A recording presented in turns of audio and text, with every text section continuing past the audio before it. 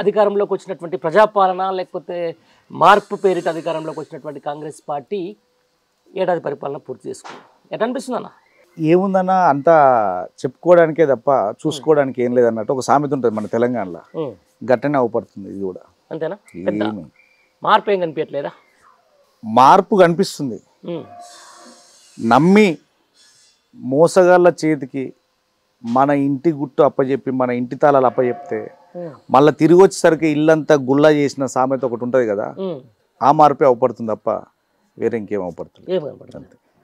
ఏమైందన్న మరి అసలు ఈ 1 year కాలంలో మీకు నచ్చింది ఉంది అంటే ఒక సామాజికవేత్తగా మీరు చూస్తూ ఉంటారు సమాజం. మోసపోయిన ప్రజలు సామాజికంగా అణిచివేయబడ్డ ఇంకా అంటరాని వారిగా మిగిలిపోయినటువంటి బీసీ ఎస్సీ ఎస్టీ మైనార్టీ రాజకీయ నాయకులు కావచ్చు, సామాజిక ఉద్యమ నాయకులు కావచ్చు, ప్రజలతో పాటు వీరు కూడా మోసపోయారు అనేది నాకు క్లియర్గా అనిపిస్తుంది. ప్రజలతో పాటుగా సామాజిక నాయకులు సామాజిక అంశం కూడా మూతవేయబడ్డదేమో అని చెప్పి నాకు చాలా క్లియర్గా ఈ 1 yearలో కనిపిస్తుంది. రైట్. ఇదే ప్రభుత్వం రాకడం కోసం ఇలాంటి సామాజికవేత్తలు మేధావులు వాళ్ళందరూ కూడా బస్సులు కట్టిర్రు, తర్వాత ఇంటింటి ప్రచారం చేసిర్రు, అసలు వద్దన్నారు, కేసీఆర్ కుటుంబం అన్నారు, కుటుంబ పాలన అన్నారు, రాష్ట్రం అప్పులు అన్నారు, నిరుద్యోగులు పెరిగిపోతుందన్నారు. రైట్, 100%. ఎందుకు మరి ఇప్పుడు వాళ్ళు అనుకున్న మార్పు రావట్లేదా, లేకపోతే వాళ్ళు కావాలని చెప్పేసి ప్రజల్ని తప్పుదో పట్టించారు అనుకుంటారా? వాళ్ళేం తప్పుదో పట్టియలేదు, వాళ్ళు ఒక రకంగా ఊహించుకున్నారు. ఏమని అంటే కేసీఆర్ అంటే దొర, కేసీఆర్ బిడ్డ, కేసీఆర్ కొడుకు, కేసీఆర్ అల్లుడు, కేసీఆర్ కుటుంబం, ఇదంతా మనం తెలంగాణ తెచ్చుకుంది గిన్నికేనా అని ఒక రకమైన వాళ్ళను భావోద్వేగానికి గురి చేసి కొంత ఇప్పుడు ఈ రేవంత్ రెడ్డికి అనుకూలమైన ఒక మీడియా ఒక ప్రయత్నం చేసింది తప్ప పాపం ఇప్పుడు మీకు ముందే చెప్పినగా సామాజిక నాయకులు, సామాజిక ఉద్యమ నాయకులు, వివిధ ప్రజా సమస్యల మీద పోరాడే ఉద్యమ నాయకులు కూడా ఇలా మూగబోయే పరిస్థితికి వచ్చినారు. అరే మనమే కదా 4 గరుచుకుంటారు, అరే ఎంత పని అయిపోయా, చీ ఎంత తప్పు జరిగిపోయింది. ఇప్పుడు మనం ఏమన్నా అంటే మీరే చెప్తారు కానీ నెత్తి నోరు కొట్టుకొని మొత్తుకున్నారు కదా, ఇప్పుడు ఏం చేయగలుగుతాం అనేది ఒక సమస్య అయిపోయేసరికి వాళ్ళు కూడా బండ కింద చెయ్యిరికినట్టు చిన్న గుంజుకుందాం ఇంకా తప్పదు కదా ఈ 4 సంవత్సరాలు అన్నట్టు అట్లా తయారైపోయారు. ఎందుకన్నా అంటున్నానంటే తెలంగాణలో 1930 నుంచి కావచ్చు, 1920-30 ఆ దశకం నుంచే ఈ బీసీ ఎస్సీ ఎస్టీ మైనార్టీలు అత్యధికంగా ఒక రకమైన విప్లవోద్యమంతో ఉన్నోళ్ళు అన్నట్టు ఇక్కడ.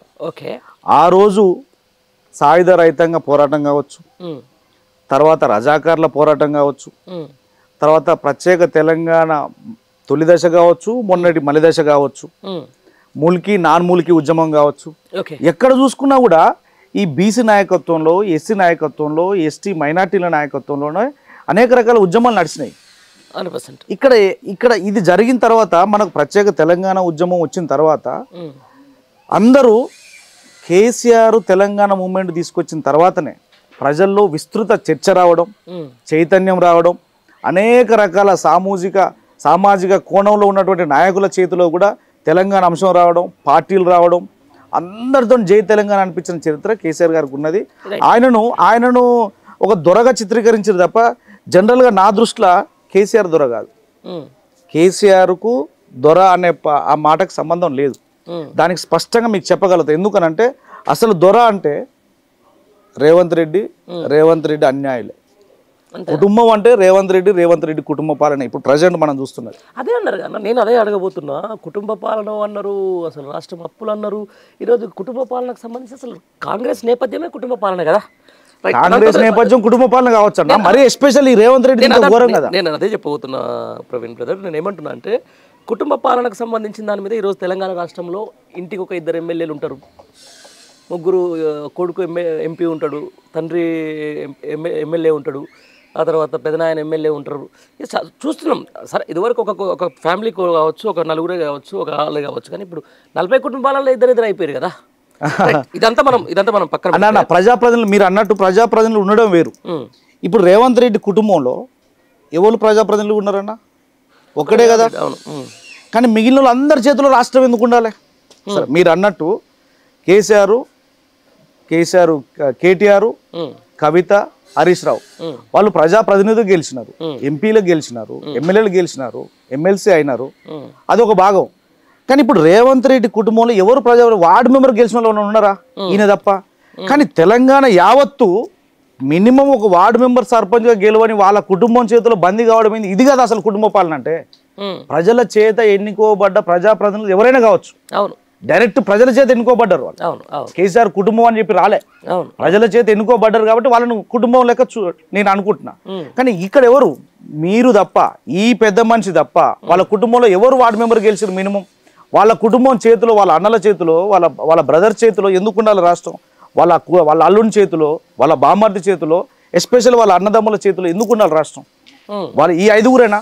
రేవంత్ రెడ్డి అన్నదమ్ములు 4, వాళ్ళ అల్లుడు, వాళ్ళ బామ్మర్ది, ఇదే చుట్టూ తిరుగుతుంది కదా. మీరు అదే అంటున్నారు. డైరెక్ట్గా తెలంగాణ ఈయన ముఖ్యమంత్రి కాకముందుకే మాది పాలింపబడే కులం, మేము రెడ్లం అంటేనే మేము పాలించేటోళ్ళము, బహుజనులందరూ కూడా మా కిందనే ఉండాలని చెప్పేసి డైరెక్ట్ అన్నమాట అందరూ చూసి మన సోషల్ మీడియా కూడా అయింది.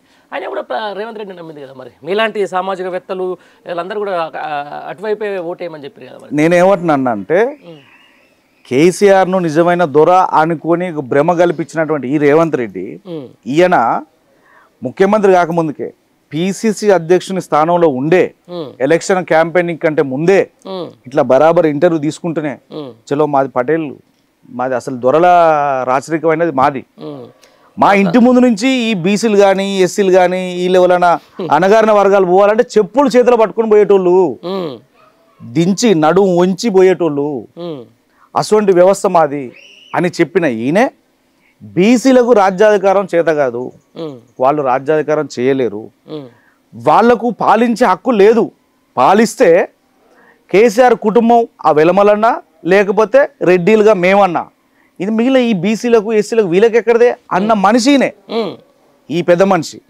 మళ్ళా తర్వాత ఎక్కడో వీళ్ళ కుల మీటింగ్ జరిగితే అసలు రెడ్డిలు అంటేనే మనది రాజ్యాధికారం చేయాలి, మన కులవృత్తే రాజ్యాధికారం, పరిపాలనే మన కులవృత్తి అని చెప్పిన మహాగణుడు ఈ పెద్ద మనిషి. అయినా మీరు అన్నట్టు కొంతమంది ఉద్యమ నాయకులు పాపం ఇక్కడ ఇప్పుడు వాళ్ళ గొంతెడు పోయిందో తెలియదు, వాళ్ళు ఎక్కడ పోయిరో తెలియదు, మూగపోయినాయి పాపం. వాళ్ళు పాపం అన్యాయం అయిపోయారు. ఒక్కలన్నా నోరు తెరిచి ఆయన ఇచ్చిన హామీల గురించి కానీ, ఇప్పుడు జరుగుతున్న రైతులకు అన్యాయం గురించి కానీ, యువకులకు అన్యాయం గురించి కానీ, ఈ ఎస్సీల గురించి కానీ, ఆడ ఎస్టీల గురించి కానీ, ఎస్పెషల్లీ బీసీల గురించి కానీ, మైనార్టీల గురించి కానీ మాట్లాడే ఒక్క సామాజిక ఉద్యమ నాయకులు లేడే. అందరు గొంతులు మూగపోయినాయి.